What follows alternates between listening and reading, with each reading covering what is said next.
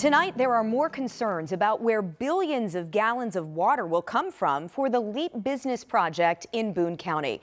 Now, the state's original plans called for a pipeline to bring the water from the Wabash River, but that was tabled over the project's cost and secrecy. Our senior investigative reporter Bob Siegel here tonight.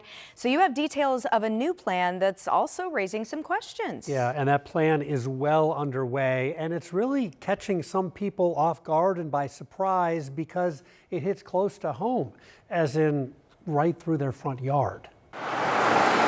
These pink markers on the northwest side of Indianapolis are a sign of things to come. They show where Citizens Energy is about to start knocking down trees and installing 52 miles of underground pipes to provide lots of water to the city of Lebanon. We have committed to 25 million gallons a day. Ben Easley is a spokesman for Citizens. He says the project is called the Lebanon Water Supply Program, which will pump water north to support the LEAP industrial project. But to supply that water, about 475 property owners in Marion, Hendricks, Boone, and Hamilton counties will have their land dug up to install the underground transmission pipes, which in some cases will be only steps from their front door. Could be as close as 20 to 25 feet close to my house. Residents like this one agreed to speak with 13 News as long as they're not identified. Many say they're nervous after getting letters with an ultimatum. Either sell Citizens Energy the legal right to install underground pipes on their property, or Citizens will file a lawsuit to get that right through eminent domain. We're still negotiating. Hopefully things may be somehow settled here soon. The new water lines will impact a historic part of Indianapolis, and concern extends well beyond the neighborhood. I am most curious of how it'll impact the Eagle Creek watershed. I know that that's our drinking water. We absolutely love coming to Eagle Creek. We want to make sure that there's still water in Eagle Creek for decades to come. They worry about Eagle Creek because the project outlined by Citizens Energy includes expanding capacity at this water treatment plant that sits on the reservoir.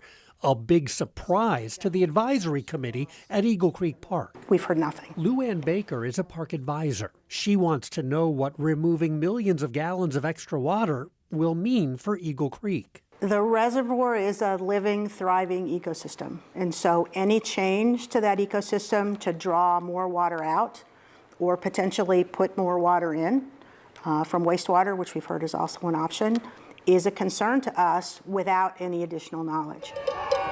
She also worries about the plan's impact on the 1.5 million people who visit and use the park each year. People like Eugene Collins, who fishes, hikes, and kayaks at Eagle Creek Park. He says recent drought has already resulted in low water levels, so a plan to remove more water. It's atrocious, man. I mean, look at this lake. Look at the level.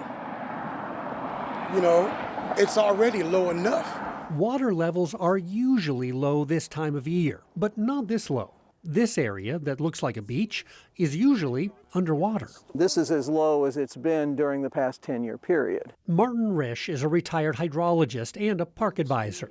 He also worries about pulling more water out of the reservoir. We're just really hungry for facts right now.